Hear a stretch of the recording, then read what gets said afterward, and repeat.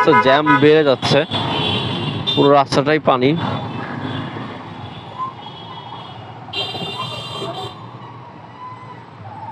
দেখুন দর্শক, ঢাকার রাস্তার বর্তমান পরিস্থিতি।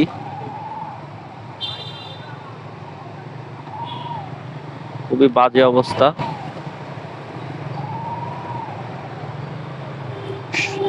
রাত থেকে অনেক বৃষ্টি নামতেছিল, এর ভিতরে একজন আসতেছে উল্টা পথে।